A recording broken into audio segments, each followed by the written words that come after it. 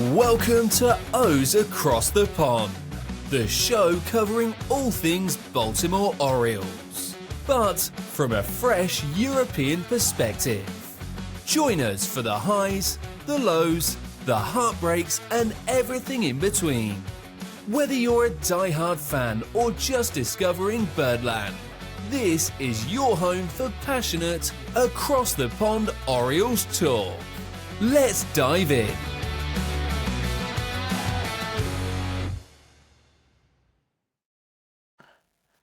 Welcome back to today's episode of O's Across the Pond. Today, we are thrilled to be joined by a true authority on all things Orioles, a journalist who's been covering Baltimore baseball with passion and insight for over 2 decades. You've read his takes and followed his sharp analysis through every high and low of the season. Please welcome to the show, Steve Mielewski. Welcome, Steve. What's up, Thomas? How are you? You okay? You good? I'm okay. I'm good. It's actually Melewski, like you say it, like that W was never there. And that is, believe me, no big deal. I've heard my name said every which way but loose. So no concern. It'll just be the accent from north of England. There you go. So, Steve, I don't think there's anywhere other than where we can start off really is talking about the O's this season. So, as we talk now, the Orioles are currently bottom of the AL East with a 25-36 record. However, they're now on a 6-game win streak with back-to-back sweeps to continue the improvement. But we cannot forget how poor the majority of the season has been so far. What stood out for you most this season, and where do these issues lie? Oh man, that's tough. That's a good question. I mean, it starts with the injuries, and there are ramifications that came out of that. And, here on the East Coast of the United States, some of the Oriole fans blame they didn't do enough in the offseason. They didn't get in enough pitching to withstand what happened. It'd be hard to withstand what happened for any team, I think. And so, obviously, that led to Brandon Hyde's firing. That was just a stunning move that no one saw coming. It got that bad. And so I think when that happened, the team was really stunned for a few days. And that's why we saw the losses keep going. There wasn't the immediate change.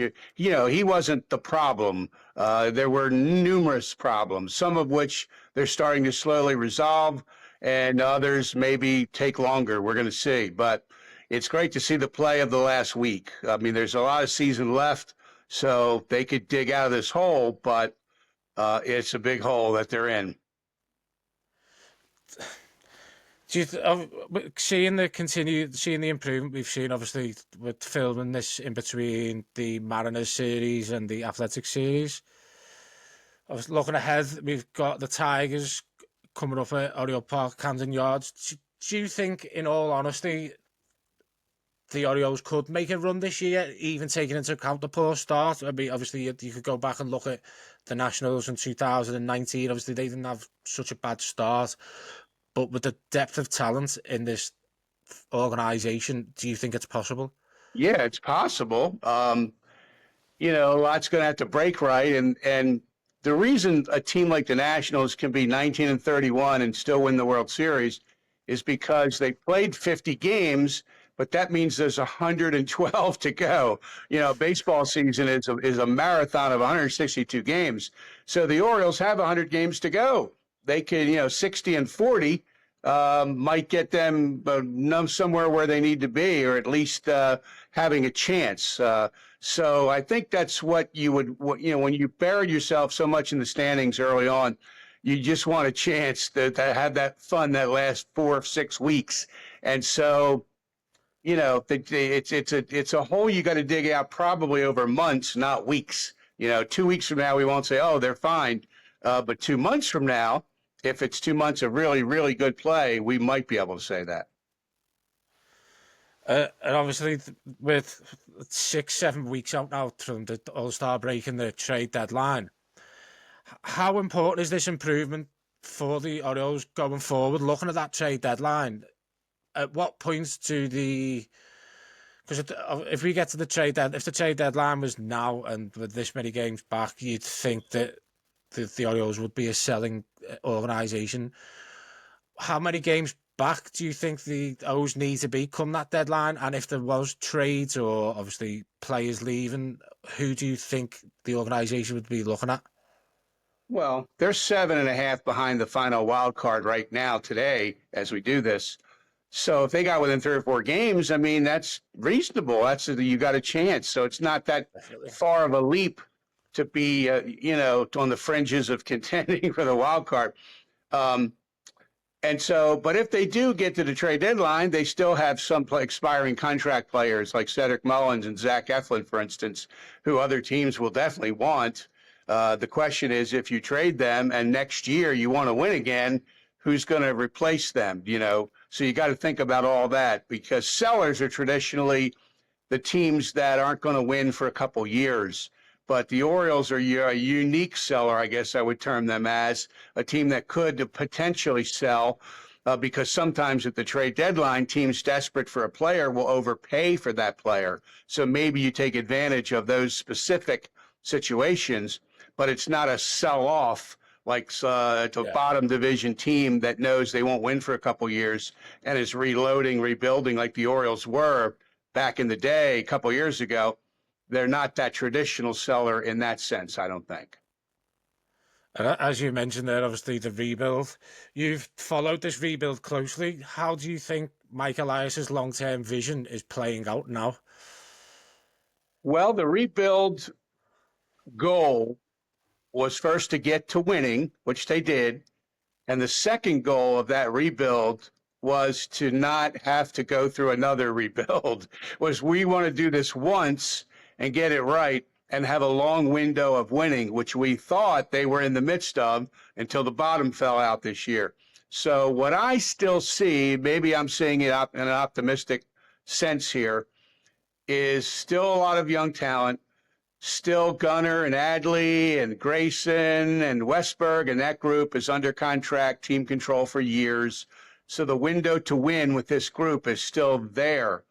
So they have to now see if they can pull off going from a disaster of a start to this year to getting in contention this year, or at least retooling, if you will, not rebuilding for next year. So if they can't or don't make the playoffs in 2025, they hit the ground running in 2026 and sort of pick up where they left off. You don't see that often where a team, usually it's consistent winning, but there might be a blip in the radar and we might be going through it now. Staying on the subject of Mike Elias, there was a lot of talk. There's been a lot of talk this season about the pitching depth. There was talk about it in the offseason. I think every Orioles fan, every analyst, every reporter on the O's knew what was needed in regards to pitching depth going into this year. Obviously, there was an attempt to sign Corbin Burns. What's your assessment of the rotation and bullpen so far? Now, I know the last 8 games, I think the opening starters across the 8 games have got an ERA of below 2, so there has been an improvement.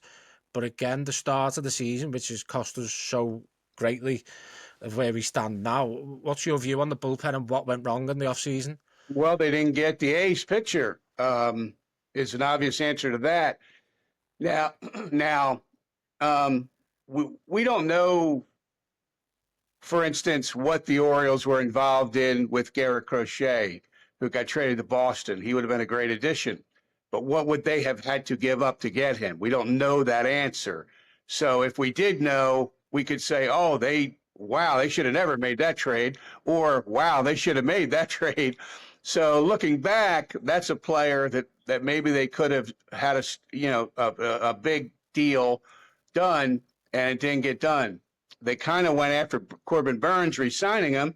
The problem with that was he really, really wanted to go to Arizona. So it was almost no way you were going to get him. So if you didn't trade for Crochet and you couldn't get Corbin, that left like Max Fried, and the Yankees got him. So not only did the Orioles not get any of the biggest fish, 2 of the 3 went to their direct competitors in their division. So it's a kind of a double whammy there, and Fried and Crochet have both been 2 of the best pitchers in baseball this year.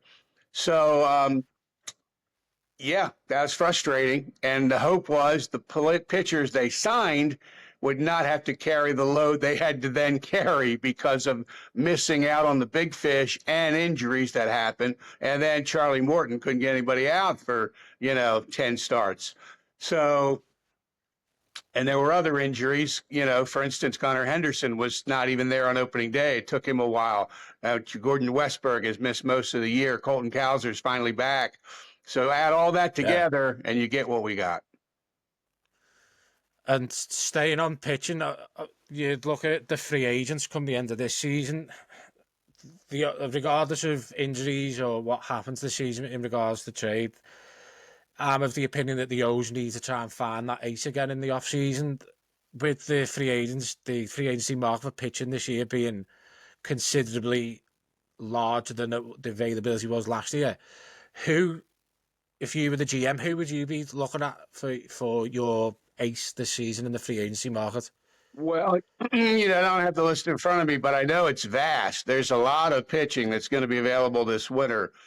So hopefully the sheer numbers of it will help the Orioles out. But they're reaching the point, Thomas, where if the new ownership group has said a couple times, we're not limited by the dollars, they have to then spend some of those dollars. And that's what the fans in Baltimore, a lot of them seem to be saying. It's time to go sign a pitcher. It's time to stop signing 1-year pitchers.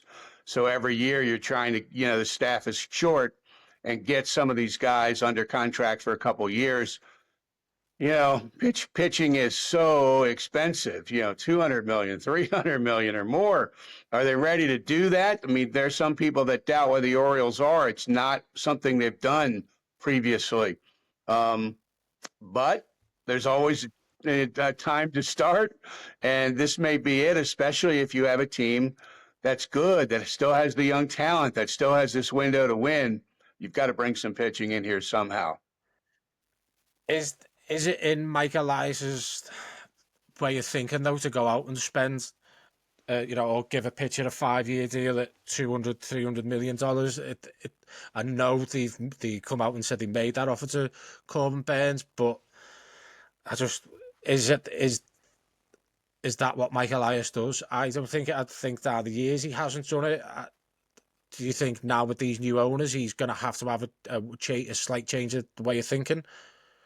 Yeah, and I mean, because he hasn't done it doesn't mean he won't do it.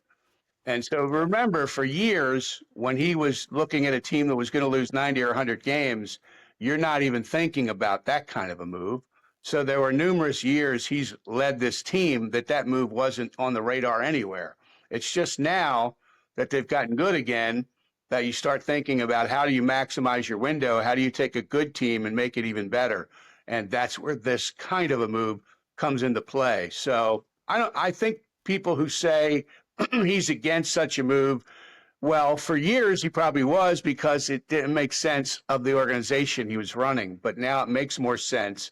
You have an ownership that does seem to say, I would sign up on such a deal, and you got to do it. I mean, sometimes in Major League Baseball over the years, sometimes owners have had to convince their general manager, we need to do this, and not order them to do it, but kind of bring them in and say, we go do this. And it happened a couple of years ago with Verlander, a deal in Houston, where the owner there, Jim Crane, essentially said, look, do it. This is where we are. We need to do this. And the GM there was reticent, and the owner overruled him. And so I'm not saying that's what it would take here, but I think sometimes it's nice to have that voice from the ownership group saying, Mike, we really think you should do it. Maybe it's not something you're completely comfortable with. It's out of your comfort zone. Somehow the Orioles have to come to adding pitching, and usually pitching doesn't come cheap.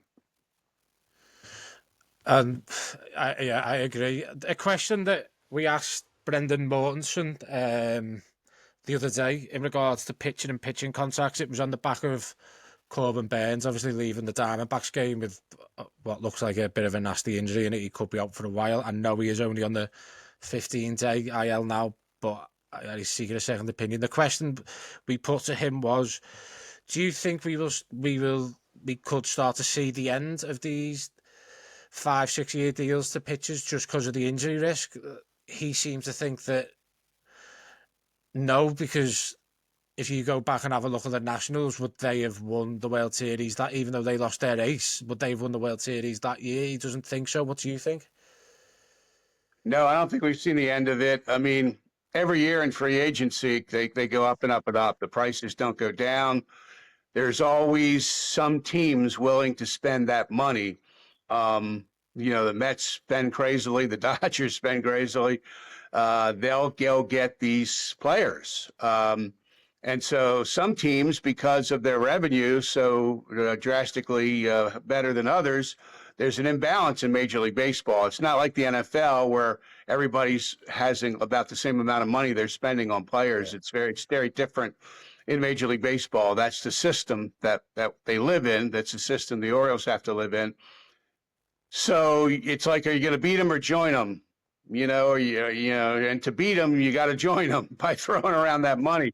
So I'm not saying the Orioles are going to turn into the Mets and we're going to see all of a sudden a couple of $300 million pitchers signed, but maybe they're reaching the point where they have to make a move. There has to be one major signing to jolt. It would jolt the fan base too and excite the fans and sell tickets. But the bottom line is you want it to help you win. That's what you need to do.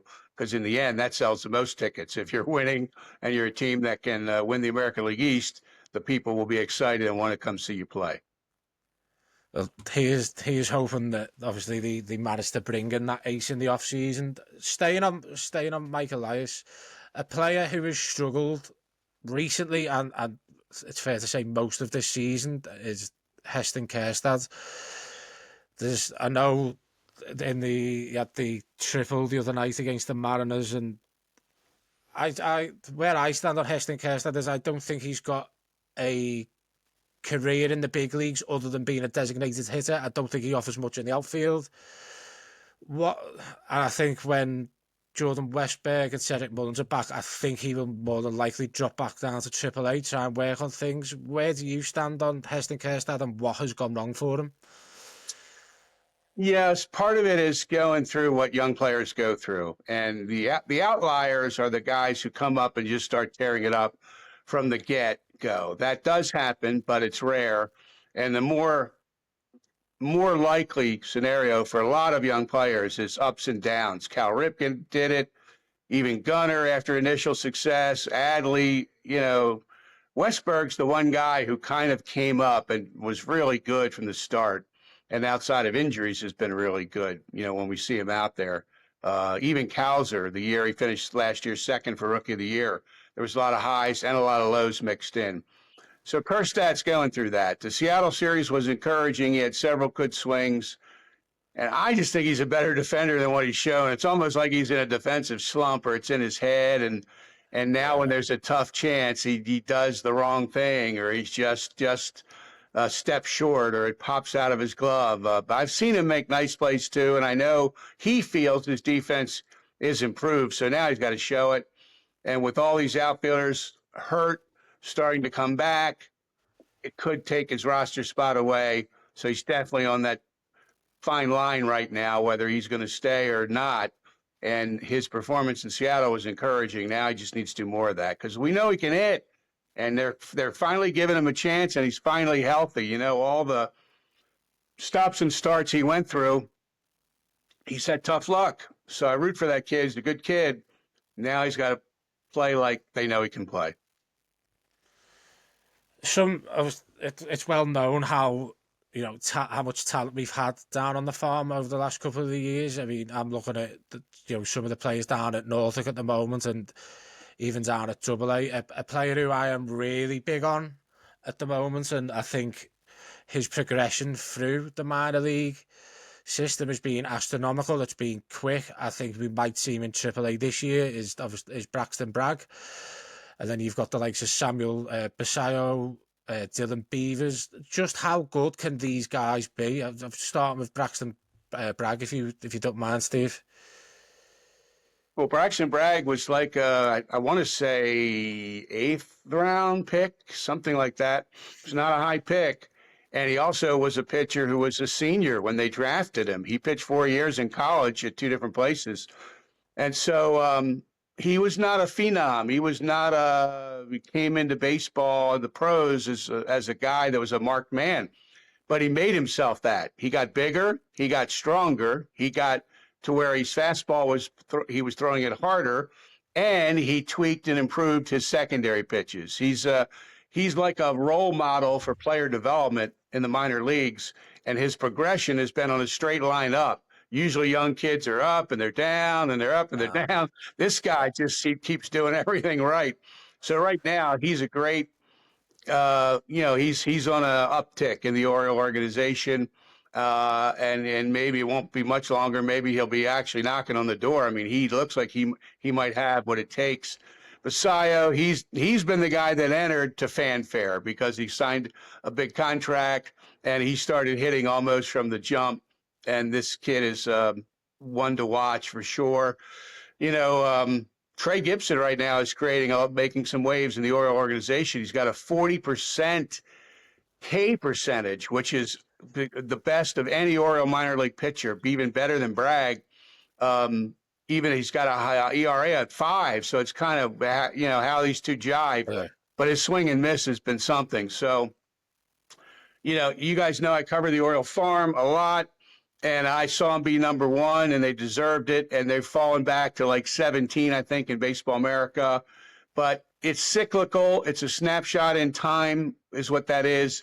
And now with a lot of draft picks in July, 6 picks in the top 100, and they got to get past some injuries in the minors. And I think they'll start ticking up again.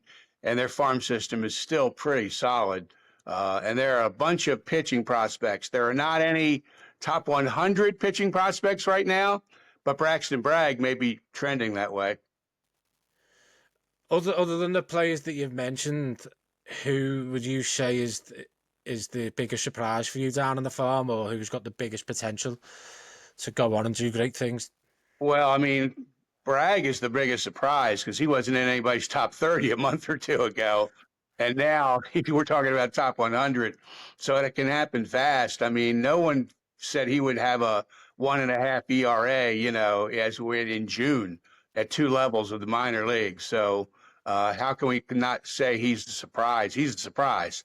We thought he was a decent pitcher, but no one saw him being at the top of their farm. So he's exciting. I mean, there's a kid. I was at Aberdeen last night. He didn't have a good game last night, but I'm really high on this young man. Aaron Estrada is a 20-year-old switch hitter at High A Aberdeen.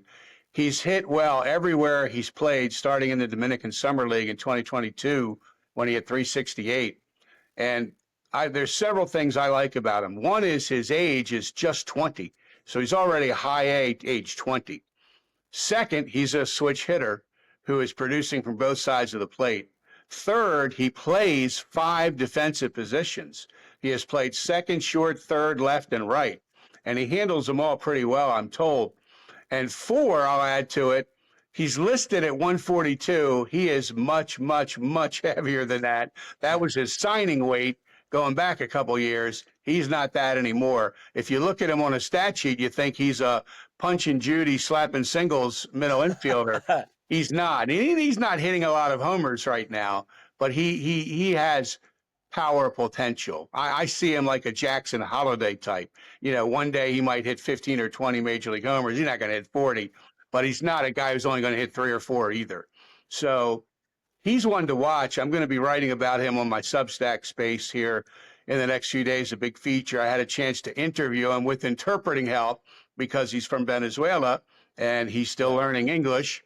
And I don't know his language, so we had to have a middleman to help us out for that interview. But I really enjoyed meeting him, and I watched him play last night. He struck out twice. He didn't have any hits, so I was disappointed I didn't get to see in person the show, But look at his numbers, and he's had a heck of a year. I'll definitely keep an eye on him. On the subject of Samuel Basayo, where do you envisage him being in the Orioles organization? I know across AAA this year, he's obviously catcher, first base, he's been out in the outfield. Where do you see him landing?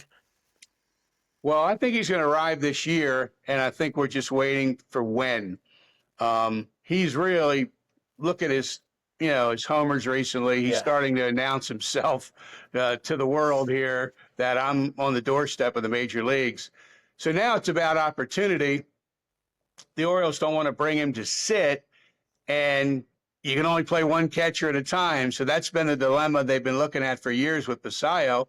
We got Adley, we got Basayo. How are we going to do this? Well, you could have a timeshare of some sorts that both could play a little first base, could DH a little. Somehow, if you have both those men on the roster, you got to get their bats in the lineup, right? So Definitely. 2 weeks ago, we might have said, man, we always thought Adley, Basayo would join Adley. Is there a chance that Adley's fallen so far that Basayo will replace Adley? And I don't think we're at that point at all. I think, it's an interesting thing to ponder, but I don't think there's any much chance of that. But he's going to be additive to the roster. And that's a bat that when they call him up, more than if, they got to be ready to find a way to get him in there.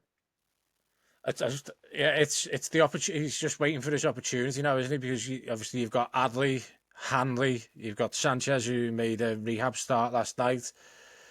So it's just trying to find that space for him, isn't it? Do you think they could bring him up and play him in the outfield if we would continue to be playing injuries in the outfield? Well, they haven't played him in the outfield yet, so I don't think you're going to see him do that. That would be really challenging. But first base, he plays pretty solidly. I've seen him play first base. They got a lot of first basemen too. So it's not a clear, easy path for him right now. But sometimes prospects are so good, you make a path for them. Teams have to create the opening, and this might be the guy of which they do that for. A question that we've been asked by one of our listeners to ask you is, do the Orioles win a World Series before Gunnar Henderson hits free agency? Well, it's hard to win the World Series. I mean, ask the Dodgers, as good as they've been. Ask the Yankees. It's been a long time. What you really want, Thomas, is to have the chance. You want. I see it this way. You need perennial playoff appearances, 4, 6, 8, 10, over a 12, 15-year span, and all those cracks at it, you break through 1 year. 1 year, it's your year. Like a couple years ago, the Texas Rangers, it was their year. It looked like going into the postseason, they couldn't win it, and they did. And so it's what makes that happen. It's not like you constructed a roster that, I hear people say all the time, they're built to win the World Series. I don't even know what that means. First of all, you have to be built to win for 6 months to have a chance to get there. So when you build your roster, you're building your roster for 162, not for October. You got to get there first. And, right now, the Dodgers, I think, don't even have the best record, as good as they are, and it's loaded with all their injuries and stuff. So what will help the Orioles win the World Series is being in the playoffs often, being a team that's every year they have a crack at it. And then 1 year, things will break right, and they'll get through, because 1983 is a long time in Birdland without a World Series. I mean, holy heck. So will they win before Gunner's a free agent? That's a tough call there. I don't know if that's doable, but they got to get back to the postseason this year or next and take some cracks at it. I think it's got to be one of the hardest championships to win across all sports. I think just because of the duration of the season, 162 games across 6 months, and then the challenges of navigating October. I'd be impressed if we got to the playoffs, we got a playoff win at this moment in time, of the two previous playoff performances, Right. Swept both times. So, Steve, you've been covering the O's for a very long time. What's the one unforgettable moment or story that still stands out for you? Whoa, great question. Man, I don't know. For me, it's just a series of fun things, over many years. if I go back in my career, I came out of college as a radio reporter in Frederick, Maryland, and I got to cover some of those 1983 World Series games. I go back that far. And then I went to work in other places. I was in Richmond, Virginia, where I got to call AAA baseball. Then I came back to work in my hometown of Baltimore around 1999 and was the full-time sports director at WBAL. And I've just seen a lot. I saw Cal Ripken, his career, the streak. And one of the cool things was seeing this team rebuilt, because I lived through a 115 loss season. I mean, that's a terrible, terrible baseball season. And at the time, we knew it was going to be pretty bad, so it wasn't a shock. But I think for me, one of the coolest things is seeing a home playoff game in Baltimore. Even though they haven't won one in a while, seeing the orange towels waving and seeing 45,000 people at that ballpark go crazy. I mean, it almost chokes me up as a Baltimorean. It's just so beautiful because this area loves this team so much. And I hear people say it's a Ravens town. And for me, it's a Ravens and an Orioles town. They love them both. And when the baseball team is good, man, there's an energy in Baltimore. There's a passion in the Mid-Atlantic region that's, it's seen in other places, but it's kind of special here. So just being in Camden Yards in October for a playoff game is incredible for me. I'm 65, and it never gets old. I bet it does. I first went to Baltimore in 2010 in the May, and they always played the Athletics. And since then, I fell in love with Baltimore. I fell in love with the city. I fell in love with both teams. I'm a huge Orioles fan. I'm a huge Ravens fan. So hearing your passion, being from Baltimore, it's inspiring, and I can only kind of think about how much both organizations mean to you, especially the Orioles. So I could just, by the way you talk about them, the energy and the massive smile on your face when you talk about the O's, it's inspiring.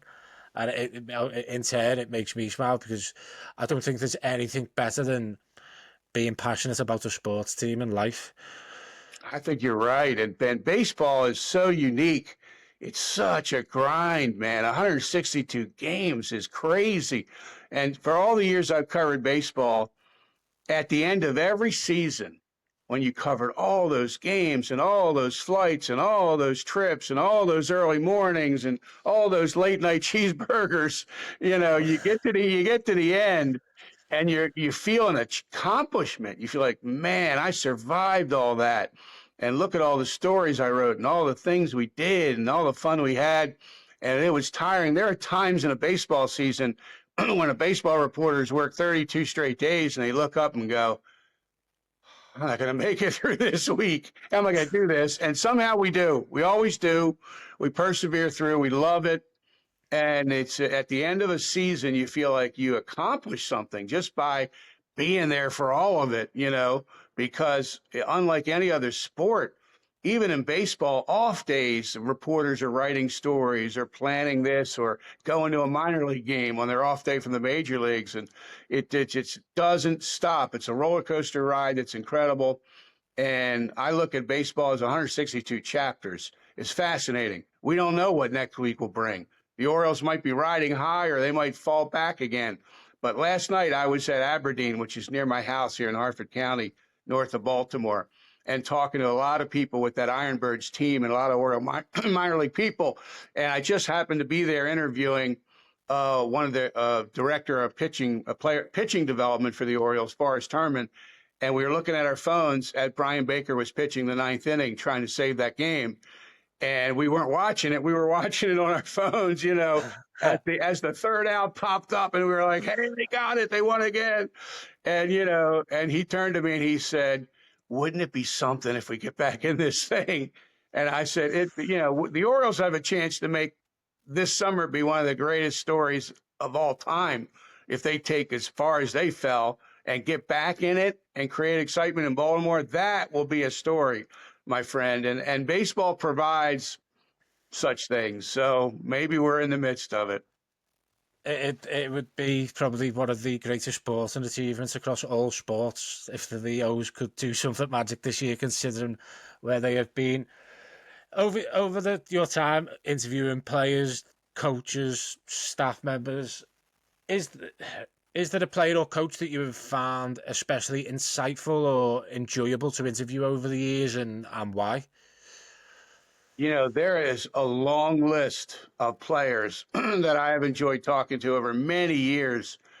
One guy I particularly enjoyed was Adam Jones, and I'll tell you why. I'm not saying he's the only one.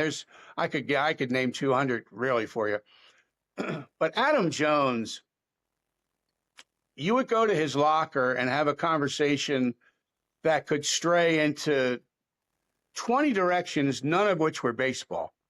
I've had conversations about Adam Jones, about financial, about politics, about race, that were fascinating, that had nothing to do with how the Orioles are doing that night.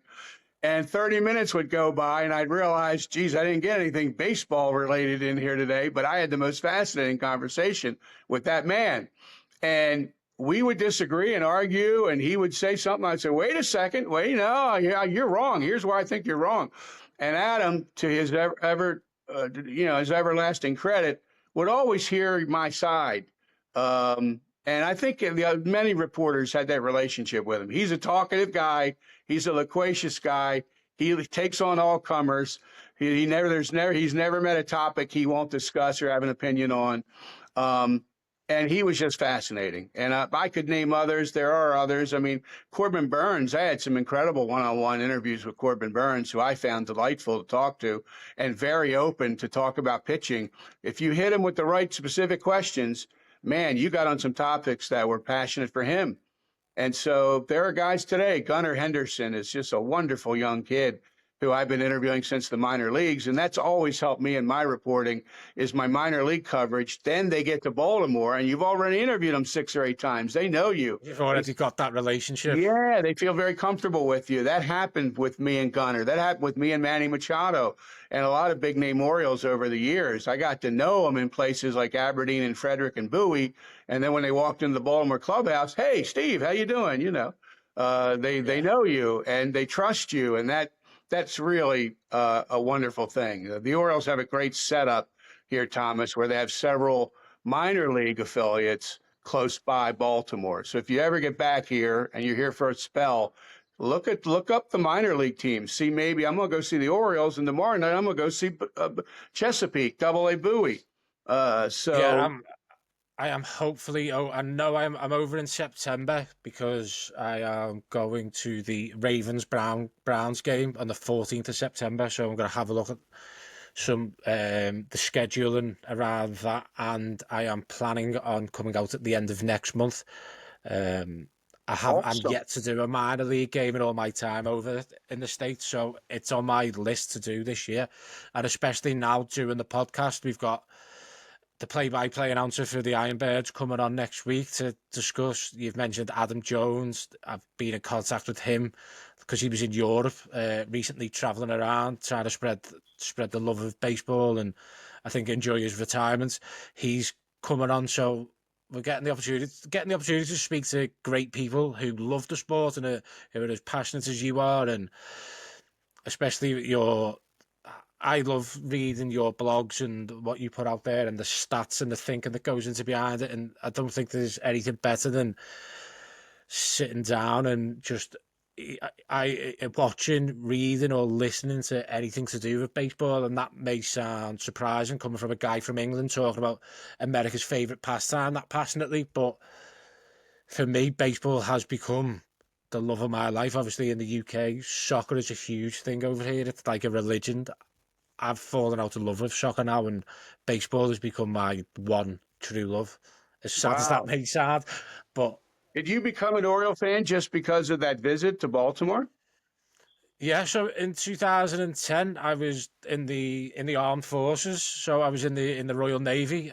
The ship I was on actually docked in Fells Point for 2 weeks, and yeah, we got welcomed with open arms.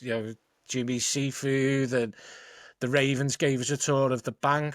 We went to a couple of Orioles games, and since then, I'm from a city in in England called Liverpool. I don't know whether you're familiar with it, but there's a lot of similarities between Liverpool and Baltimore, like massive ports. It's both cities have been hard done by, and I just every time I go to Baltimore, I feel like it's a second home. So, wow, that's cool. And Liverpool's where the Beatles are from, obviously, right? yeah, the greatest band in history. Yes. Every day when I go drive in that car, I'm listening to half the time I'm listening to the Beatles channel. I love Beatles music today, tomorrow, every day, man. I put that on. I don't need to listen to anything else. If the Orioles ever come over to the UK to play in a London series, you'll have to come over, Steve, and come to That Liverpool. would be wonderful. I mean, England's on the bucket list. I'm telling you, man, so many great places, and I've never been, but I would love it. And I think it's fantastic that you have the Orioles Europe sort of thing. I mean, wow, that's pretty cool to me that your visit here was great, and you take that back and reach people in your part of the world and talk about the Orioles. That's cool to me. Yeah, and the amount of love and support we've had from people from Maryland, Baltimore, all across the states. Some of them not even Orioles fans who are loving the passion that we put into our work. We already started this 7 weeks ago, and we're just constantly, I watched. I think I'm at 92% for watching games this year. I was up. So the first two games of the Athletic series were 2:40 a.m. starts for me, and then get up. Well, 6:30 game in Baltimore is 11:30 for you, right? Yeah. So the Mariners series that was early. Obviously, the Athletics tonight is 3 o'clock in the morning. Oh so my gosh! I will set my alarm and get up and watch. But Steve, all that is left for me to say is thank you very much for coming on, spending some of your time. I know that you're busy. You were up in Aberdeen last night, and I appreciate the time that you've spent with me today to discuss your love of the Orioles, and for me to just get an insight into your love and passion for them and your view on the sport. So from everybody at O's across the pond, thank you very much, Steve. Well, Thomas, thank you, man. I was a kid from the Baltimore area. I used to go to games with my friends in Memorial Stadium. And when I realized as a teenager I wanted to get into something like in the media business, I always thought, man, if I could ever cover the Orioles one day, that'd be the dream. And I got to do it, and I've got to do it for a lot of years. And I'm telling you, for me, it never gets old. I love what I do. I'm very passionate about it. I feel maybe more passionate about it today than I did when I was 30 or 40 years old. I just love baseball so much, and baseball players, and the Orioles have been great to me. And let's hope this year keeps trending up. We could use it. Yeah, let's hope. So thank you very much, Steve. Thanks, Once Thomas. again, really appreciate it. Take care now. Bye. You too. Bye-bye.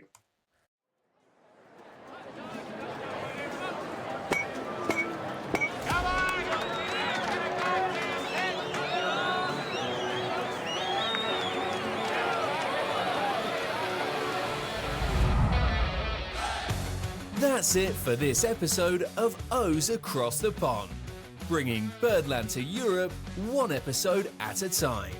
Be sure to subscribe, share, and follow along as we keep the Orioles conversation going from this side of the Atlantic. Until next time, stay loud, stay proud, and let's go O's!